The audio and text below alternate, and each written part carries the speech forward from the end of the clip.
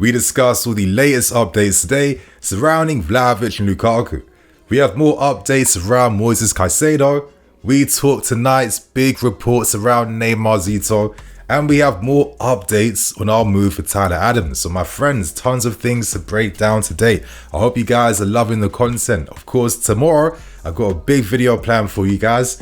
It's taken me 2 days to make this one, but I feel like it's going to be quite a popular one. So I'm really looking forward to the reaction from you guys from tomorrow. So my friends, hope you enjoy. You know where that like button is.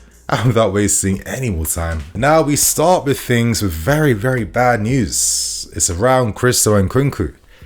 These reports were coming out today on social media, but as the day is going on now, it seems like there's a lot more confirmation now coming from a lot more like notable accounts and people that know what they're talking about. So, as we learned, it seems like Nkunku might be out now for up to 2 to 3 months with this knee injury he picked up during pre-season. Now, that is awful news. That is such poorly timed news. I mean, to not have Nkunku against Liverpool, that's going to be a massive advantage for Liverpool, because I think Nkunku was playing a very integral part in terms of what we were doing with our attacking play in pre-season. I was liking the growing relationships he was forming with your Mudryks and especially Nicholas Jackson. Like, that was starting to really grow, and it's a shame that we won't see anything now until like November time. So bitterly disappointing. We have to wait and see what happens. Is this an opportunity now for guys like Chukwuemeka to get more minutes and really show Pochettino what he's about? I felt like Carnes had a very good pre-season. He made a lot of things happen. His 2 deflected shots created goals for Nkunku and for Sterling during pre-season, and he really slots them well playing this like 8/10 role that Pochettino wants to have. So let's see what happens there. But I think realistically, this will maybe force us to turn back into the market, because there are some incredible options about. Of course, Olise, Sharkies, Kudus, and of course options like Neymar, who I'll be discussing later on, and even maybe fantasy guys like Mbappe too. So knowing the fact that Pochettino said this is a title chasing season, massive claims, he's only just been here, he's not using any excuses of like transition periods or moments. We are in it to win it this season. Let's see how we react right now, because again, ambition is everything. We want to go for the league, right? So really disappointing for Nkunku. Last season he had injuries. This season, I guess they're continuing again. I mean, the pitch was awful. I think the challenge didn't really help too much, and after the scans came through, it seems like people's worst fears actually came to reality. So yeah, really sorry for Nkunku. It's not great, but we have to see how the club reacts right now. And I'm going to ask you guys, how do you react in this moment? Are we going straight in the market? Or are we giving game time now to players that we already own? Let us know below. As we learned yesterday, Casado wasn't part of Brighton's pre-season friendly plans against Rayo Vallecano, and Brighton CEO came out to say that Caicedo currently had a small hamstring injury. However, it's not the first time that Brighton have made particularly sus statements. Obviously, when Ben White signed for Arsenal, Brighton released statements saying that they were surprised that this news was getting announced, as nothing had been clarified at that point in time. They did something similar with us over Cucurella last summer as well too, and it seems like this is the standard Brighton playbook. Now, I'm not really understanding the benefits behind why. Are there other deals that are like intrinsically tied to selling Caicedo that they don't want to reveal right now? Who knows? Not really our problem, because the only thing we care about now is signing Caicedo, and the only thing that Caicedo cares about is signing for us. So today's big news is that Caicedo has not taken part in Brighton's training session today, and he has collected all his belongings from the club. And currently, it seems like the player unofficially is on strike. Now, you'd imagine that Caicedo and his team have been encouraging him to do this, because the player is getting very frustrated. He wanted to sign for us a long time before. He's agreed personal terms already in May too. And obviously, now that we're playing Liverpool on Sunday, Caicedo for sure wanted to become part of that game. Fingers crossed he is, but naturally his preparation now will be affected. So I think sometimes players have to do these things. You know, sometimes clubs can kind of take the piss a little bit. I think the offers we've made have been very respectful. It's been a lot of money as well too. Brian promised Caicedo when he signed that extension, listen, you will get a move in the summer. Don't you worry about that. So the fact that they're playing hardball like this right now, that's not going to please the player or his team. Currently, the only thing we have to do right now is find a verbal agreement first before we present our fourth and final offer to sign him. But the fact that Caicedo now is taking things into his own hands, the fact that he is refusing to play, refusing to train, that tells me that there is no way in hell that Brighton can sell him now for 100 million plus. That isn't going to happen. Caicedo is getting frustrated. Too much time has passed right now, and now you're affecting his preparations for the start of the season. This guy's a serious pro, so it does seem like we could find an agreement now for under 100 million. Could that be between maybe 90 to 95? You feel like a figure close to that amount should be enough to finally get this deal over the lines, because I think to myself, Brighton, don't you have to sign replacements for Casado? Like, you have to sign serious ones because you have European football on the horizons now. And to be fair with you, like, whenever we deal with Brighton, I feel like we give these guys incredibly fair offers. Like, I'm going back to that Cucurella deal where not only do they get Levi Cole, but we overpay for Cucurella to allow them to also have the player, plus giving them more money. So I think that Brighton now needs to relax a little bit, because time is going on right now. I'm sure that all of us now are getting a bit bored with how long this story is getting played out. So that's the latest behind Caicedo out the way. And now we discuss the surprising story of this evening surrounding Neymar. Now, as reported by L'Equipe and from journalists like Fabrice Hawkins, currently we are holding continuous discussions with Neymar's entourage over a potential move. Now, early this evening, it was reported that Neymar wants to leave Paris Saint-Germain, and Paris Saint-Germain are also very open to selling him too. They're close now to finding an agreement for Kolo Muani. They're close to announcing the signing of Goncalo Ramos. They've invested wisely. Obviously, if you hire someone like a Luis Campos, you give this guy the keys, because this guy has a career at building teams that win you titles and trophies. Now, in terms of his main preference, Neymar would prefer to go back to Barcelona. Xavi is very open. As you know, Paris Saint-Germain are still hoping to sign Ousmane Dembele, but currently, Barcelona FC do not have the money or resources to find a financial package to entice Neymar to return. But obviously, if you're reporting that you want to leave Paris Saint-Germain, you have to keep your options open. And one thing that we've done as a football club for over 1 year is kept a dialogue open with Paris Saint-Germain and with Neymar's team. Now, Neymar received offers back home to return, but with the World Cup not too far away, and obviously at 31 years old, this guy still has many years to play at the highest level in Europe before he even thinks about going back home.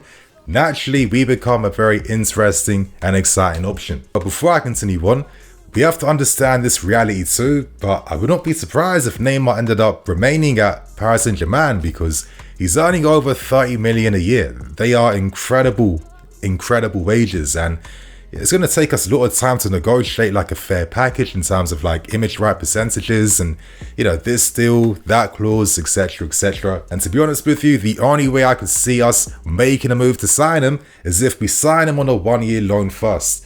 Now, as we've known for a while, Paris Saint-Germain are also open to any loan moves that we learn of over the past year, so it wouldn't surprise me that in the next few days or weeks those same reports resurface again. Now, I'm going to ask you guys this.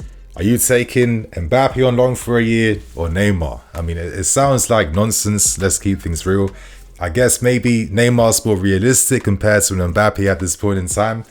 But I kind of feel like this is like an opportunistic type of move, because, okay, let's say we now commit to signing a Neymar.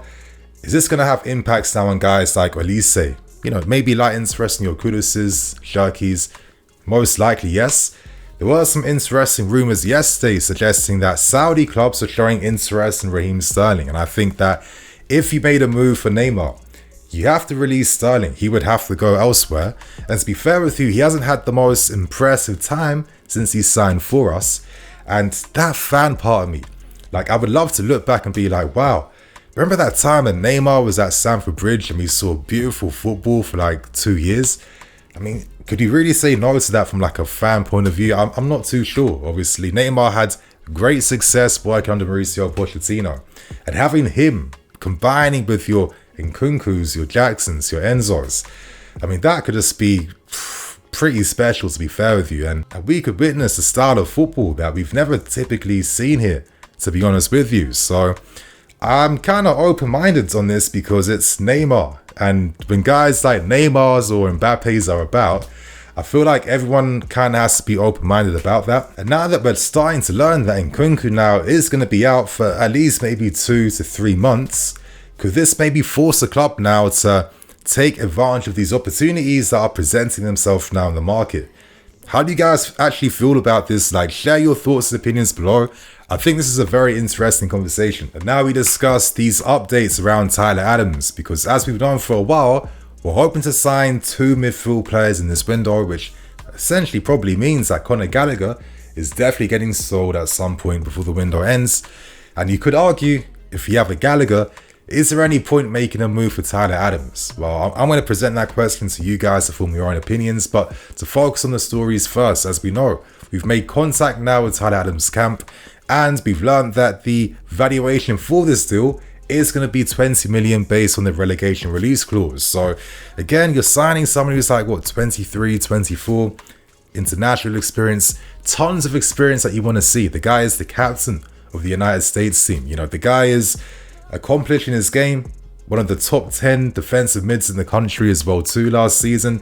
He's good on the ball, he plays forward, and tactically he suits what we're doing. So I see this as, okay, we cash in on Gallagher, flip him, and sign a cheaper alternative that might be a little bit better based on the fact that defensively we need those qualities a bit more than what Gallagher possesses. But at the same time, my friends, I kind of see this move like this. At big clubs, when you sign squad players like this, squad players don't tend to have the longest shelf life.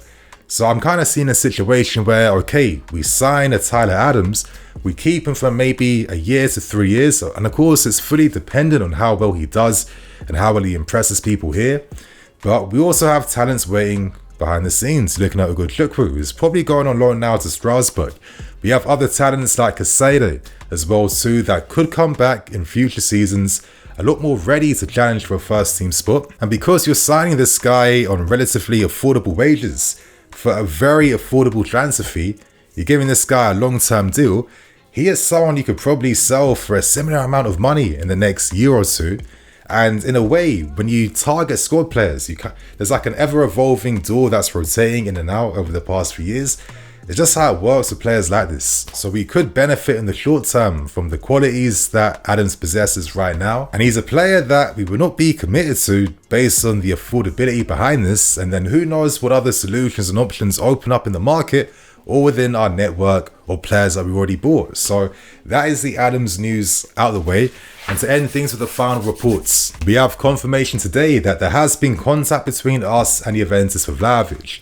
Now, in terms of this piece of information, there's some conflicting news because last night it was revealed that maybe Pochettino wasn't too inclined to want to work with Vlahovic. He's probably thinking, is he the best option I need? Well, today, reports from Italy also state that maybe Pochettino may have changed his mind. Is that because it has been announced that Nkunku is out injured and he feels like, okay, having Vlahovic and Jackson is a better option to have compared to signing another attacking player? Because maybe I'm giving that position now to Chukwuemeka and others so they can show me what they're really about. That could be the play. Time will tell. But today, it seems like the final price to make this move happen, 34.5 million plus Lukaku.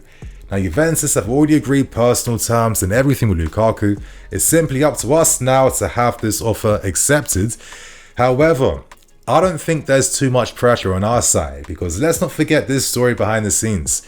Bayern Munich are trying in vain to sign Harry Kane, and as we know what Daniel Levy's about, he's doing what Daniel Levy does best. He's logging out the deal, he doesn't want to sell, and I would not be surprised that Juventus now would turn their attention to signing Vlahovic. Now, if that's the case, hopefully they pay the money they have to because the cat's out the bag now. Like, if you're bidding 100 million for Kane and that's getting turned down, Juventus will feel you can bid 60 million, 65 million for Vlahovic, and hopefully then Juventus then buy Lukaku outright, because I understand that Vlahovic could be decent, but you guys know my thoughts and opinions already. I think with all this young talent we're signing, like, I feel like we could just be tied down in the long term and then we're paying the price in the future when we don't really have to.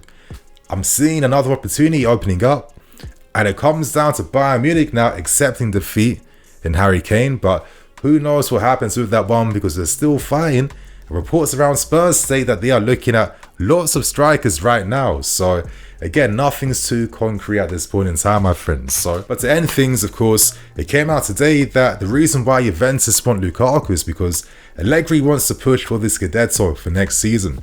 Lukaku has experience of winning that already. He is older than Vlahovic, and most importantly, from a tactical point of view, he suits the counter-attacking nature that Allegri wants to build upon for next season a lot more than Vlahovic does. So again, let's hope we get this move secured now and get Lukaku off the wage bill. So my friends, on that note, they are all the latest stories that dropped today. Share your thoughts and opinions, and of course, have those notification buttons on tomorrow for this video I'm about to drop. And yeah, it's going to be a big one. It's going to be a massive predicted lineup 11 and a 25-man squad prediction too. And I'm not going to lie, I put some time into this one. So my friends, I'm Nini FC. This is BlueLionsTV. I'll catch you guys later with some more videos. Cool.